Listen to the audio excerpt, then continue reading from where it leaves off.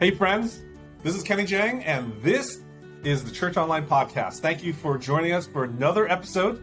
We are here today with an interesting topic for discussion with my friend DJ Chuang, who's opposite of me on the screen. Welcome, DJ, to the show. Hello, Kenny. I'm happy to be on the show again. Now, today we're going to talk about some nuts and bolts of the internet. We have teed up as a topic here, something that comes up actually quite often is some topics of behind the scenes of managing domain names well. I think that's one of the things that a lot of church staff kind of fell into a role of internet and digital stuff, and sometimes there's a lot of complexities, and I'm really glad that you are available to actually come and share a little bit about it. Before we get started, let me just share a little bit about our sponsor. Today's episode is brought to us by a really good partner. It's the .church top-level domain name. Now, the .church domain name is something that you probably are familiar with.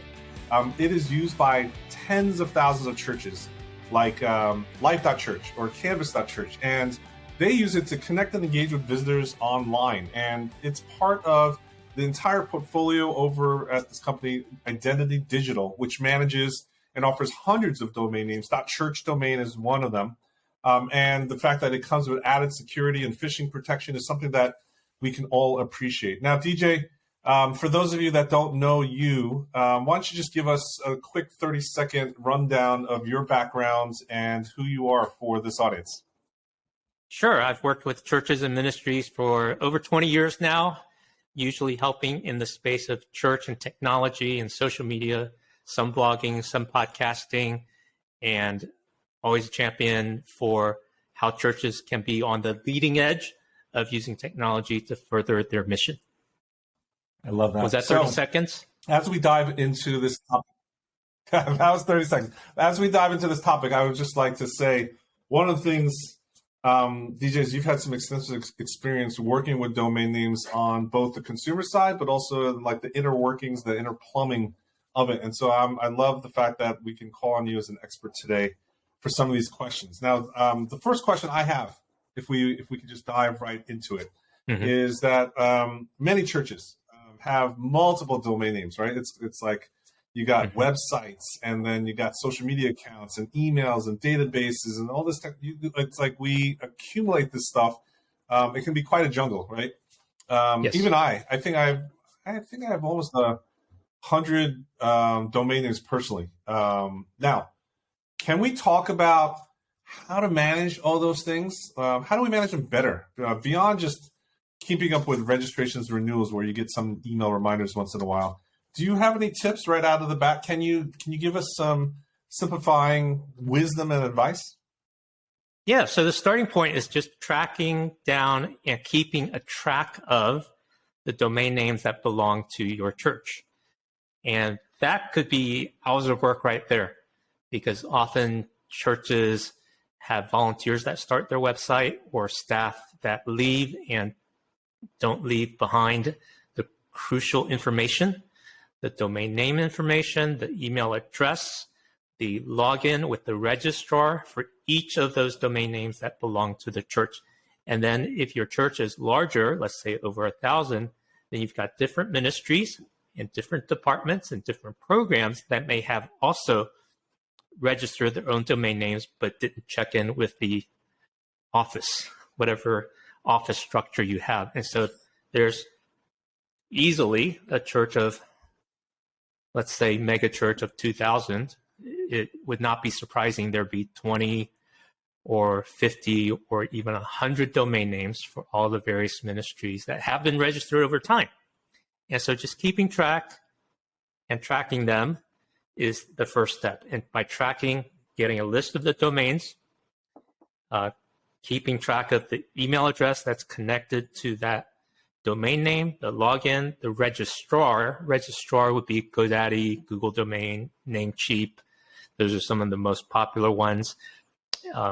You have to keep track of all those. And then the expiration date, because this is one thing people don't say precisely correct, which is that we don't own domain names. We actually rent them Domain names are actually rented on an annual basis up to 10 years, and you have to pay an annual fee to the Internet Corporation and the registrar, and that's what keeps a domain name running. So that would be step number one, getting those tracked and having those login information in a safe and secure location. Now, that sounds so simple and easy, right? But I will tell you, literally last month, I was contacted by a church that I used to go to back in 2007 and 2008.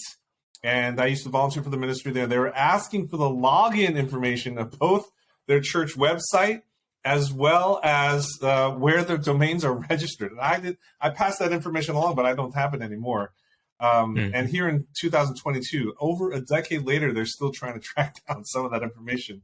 My heart, is like sank for them, because I just know what a nightmare that could be if you don't have access to that. But yes, it's great to have that in a centralized location and share it with multiple people, right? Like, you just never know, the staffing, the volunteers move on. Let's talk about this domain name stuff. Now, can you say a little bit more about like the different functions of a domain name in particular? And, you know, there's a technical thing and a registrant thing and an owner, like, it gets complicated, this jargon. I wonder if you could just, you know, detangle it for us just a little bit for those of us that are, you know, walking into it for the first time. I want to talk about the critical things that churches and staff and volunteers need to understand in managing these domain names and the functions that they can provide. Because it's taken me 9 years to learn about all the inner workings of domain. And I'm not going to download all 9 years. I've gotten a better sense of what's critical and what's just geek talk.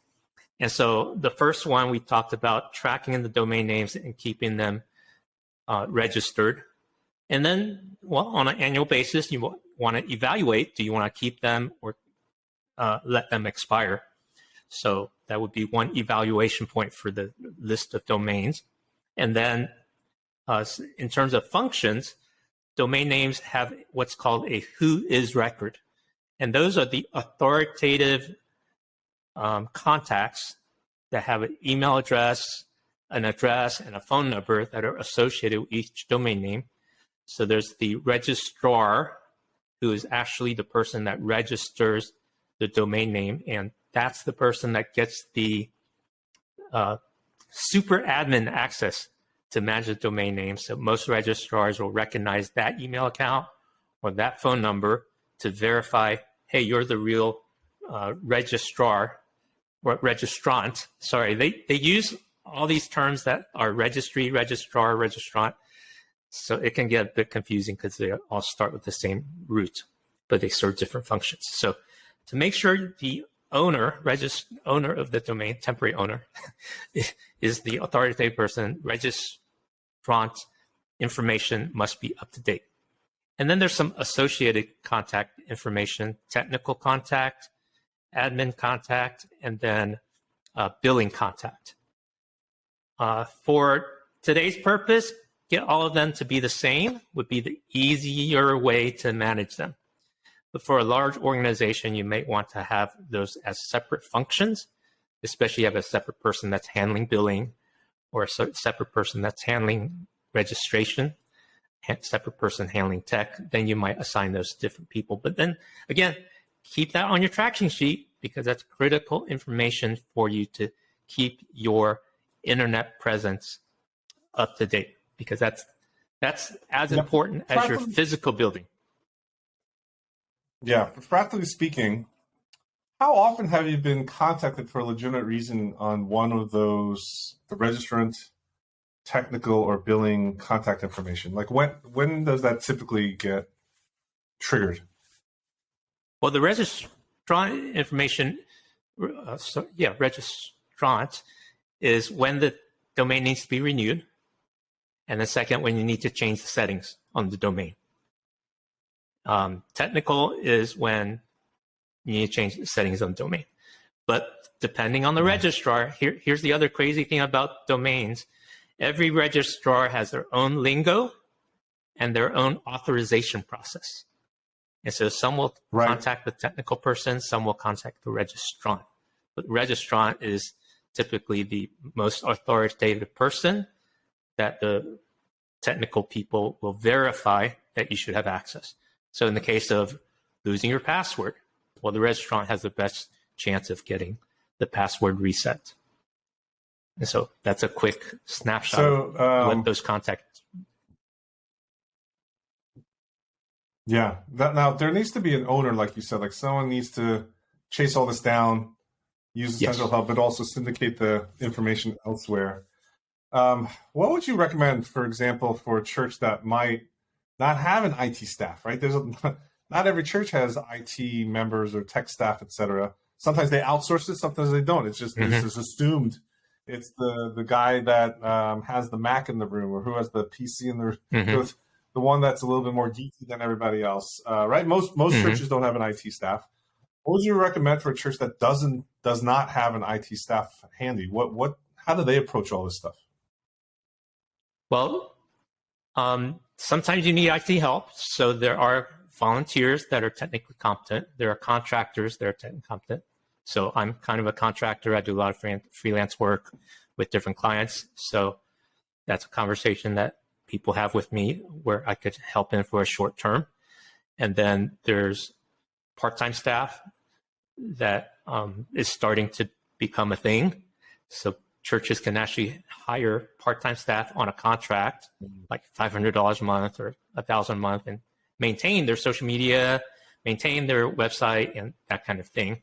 So they don't have to pay a full-time staff, or even half-time staff. They can just outsource certain functions to help with those things. Now, I do want to take a step back and say, well, what are the functions? Well, two things. So one, you as the church, make sure you have the master key, which is the domain registration and admin. Okay, as long as you have that master key, all the other functions you can get it taken care of with IT staff. But keep that master key, okay, which is making sure you have login information to the domain name registration, which is at the registrar. Registrar is the GoDaddy, the Google Domains, the Namecheap. Pork Bun is a new one that's becoming popular. Now, inside of that domain registration, there's a couple different things that I will mention that's good to know, but a bit technical. So it's good to know that every domain name has a pair of name servers. So name servers actually connect to the domain name and hold the authoritative records of the functions that the domain name will serve. Okay, so typically that's at the registrar. Sometimes if you're really technical, you want those name servers at a different place than the registrar for security purposes. So the really technical people want everything in separate locations so that in case one place is bombed, the other is still safe. And then on those name servers, or what's called DNS records, domain name service records, DNS records. So in those DNS records, that's where you set the web hosting information, that's where you set the email hosting information, and that's where you set the subdomain information and email verification information and website information verification information. And those are called records, DNS records. And so when you're setting up a web host, or when someone's helping you set up a web host, they're putting in information into those DNS records, A records, CNAME records, TXT records. So I'm just giving you some lingo so that next time you hear it, it won't be, what in the world is that? You've heard it here, and I've explained it briefly, that's what controls, out, right? Yes, that's what points to your website hosting, your email hosting, your subdomains, which can go to, let's say, your shortcut URLs. You can use shortcut domains, subdomains to point to sections of your website, landing pages, online streaming, so subdomains can come in handy for that. But just to give you a backstory, back end of what happens with these domain names and how they function in your church. Website, email addresses, and then you can connect other functions like, well, Google Workspace or Dropbox or Livestream. So if I practically don't have staff, you're saying let's find some volunteers first. There's surely someone in the community that might be a little bit more digitally native or web friendly.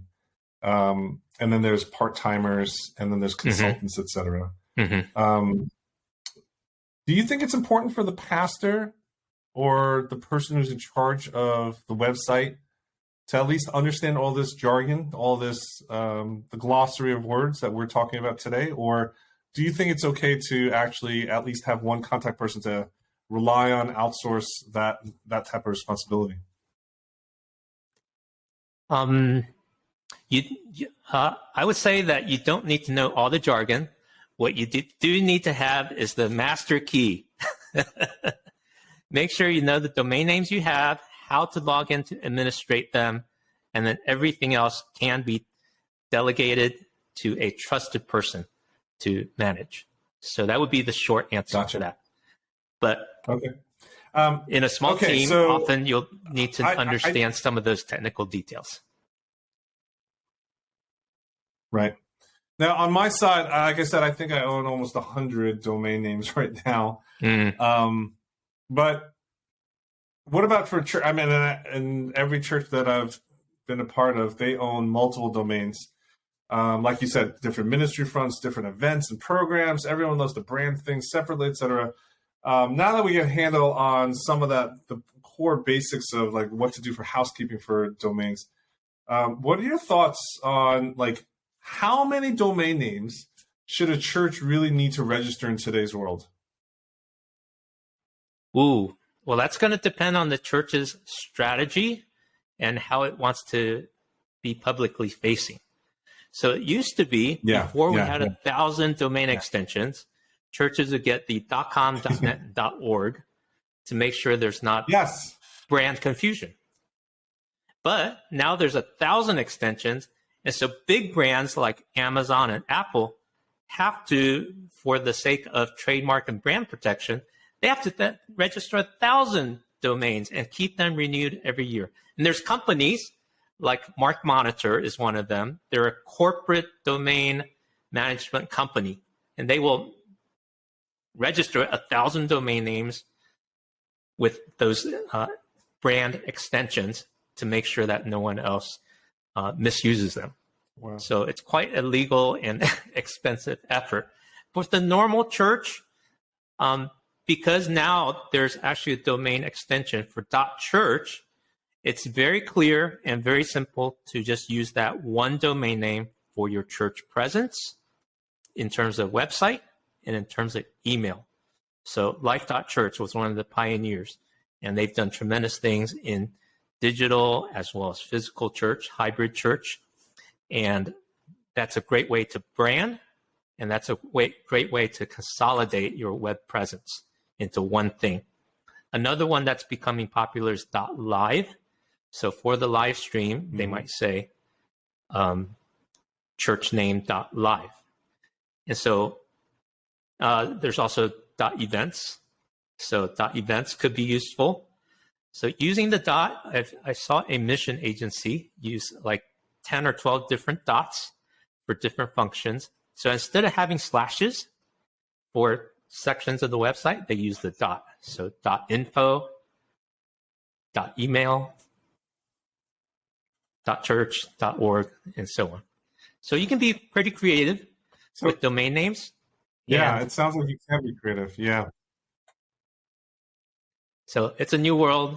It's a little crazy, but you can be very strategic. And .church is very strategic for churches. Yeah, I guess you don't need the .net or .biz anymore.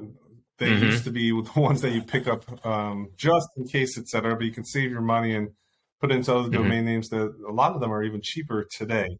In fact, as we close out this interview, one of the things that you can do is you should check. You should actually check if a .church domain name is available if you don't have it already. One of the easiest places to do that is at name.church.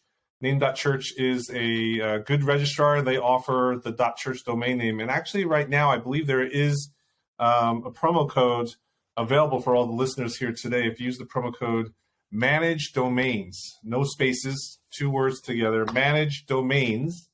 If you use that at name.church, you get an actual discount. And so it might be worth just hopping over there, doing some quick searches, and grabbing that domain name. And there's tons of different ways to use a .church domain name if you're not going to use it as your primary. I know in a couple episodes ago, we just ran down several use cases that you can look up the previous episodes and listen to.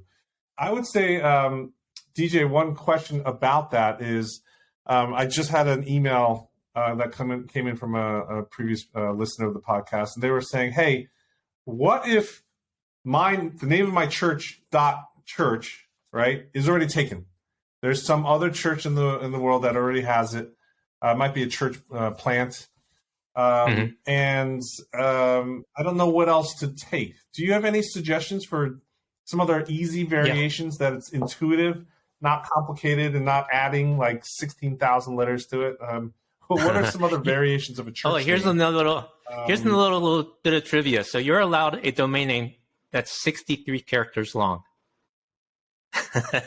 so not 1,000, but you're allowed up to 63 characters long. I've seen a few that are very, very long. I think Budweiser did a commercial. Can I say, talk about beer? I think Budweiser registered a super long domain name for a Super Bowl ad once, just for fun. And then the people that could get there would get a prize. But I wonder what the domain name is. So if you have a common name, so if you have a common name church, let's say Calvary.church, lots of Calvary Chapel churches out there, right?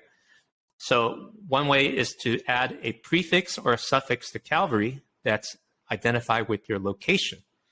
And what's nice about that is every keyword in your domain name is a signal to the search engine for your location and proximity. So when people are searching for churches near them, over 800,000 people are searching every month for a church near me. And so adding your city name or your county name, whatever your location name, to the name of your church, .church, would be a great way to find a domain name that's available. Sometimes people use acronyms. So let's say you're in Austin. So ATX Calvary.church would be a great way to do that. Some generic ways to check for a domain name availability is to add the word my. So mycalvary.church or calvaryweb.church. So just adding a few characters that are meaningful. Again, it's about meaning and memorability. And then you should be able to find a domain name that's available. I love the adding the prefix or suffix and thinking through like geography. So city, county, state, before and after, that would be great. Okay, well, I hope that you are able to take advantage of that. For those of you that are listening, go to name.church, the website www.name.church. It's a registrar that offers the .church name. You can do a quick search there and then get a discount. Grab it while you can by using the promo code Manage Domains, all one word, no spaces. And you should be able to get that for a pretty good deal today. One of those things that's worth grabbing it now and staying in the game for a year with that domain name and figure out what can you do, how to experiment, etc. Now, if someone had a question about .church domain names in particular, DJ, or they want to learn more about your ministry and all the things that you're doing, what's the best way for someone to follow up after this conversation with you directly? How can they connect with you on the interwebs or on social media? Well, in the show notes, you'll add a link to my personal contact, djchuang.com.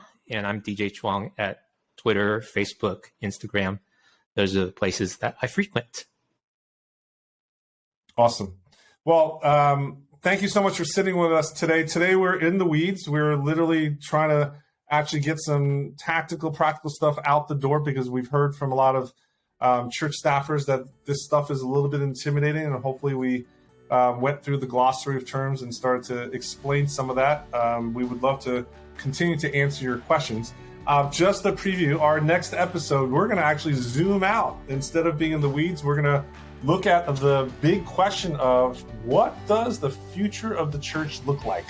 What does the future of the church look like? This is one of those questions we love to ponder over here at Church Tech Today. And hopefully next time we'll be able to actually answer that question and maybe even offer some things that you could use as a discussion launch pad for your own teams, because I think it's a very relevant question to everyone here today. Well, DJ, thank you so much for spending some time with me today. I really love hanging out with you. Hey, always a joy to be with you, Kenny. And everybody, thanks for hanging out with us today on the Church Online podcast. We would love for you to let us know what you thought. Give us some more questions. You could reach me at kenny@churchtechtoday.com. We would also love for you to drop a positive review for the podcast so more church leaders, volunteers, and staff can discover this resource, and we can actually all work on innovating and learning together. I'm Kenny Jahng. Make sure you get out there and engage. Be social. Stay social.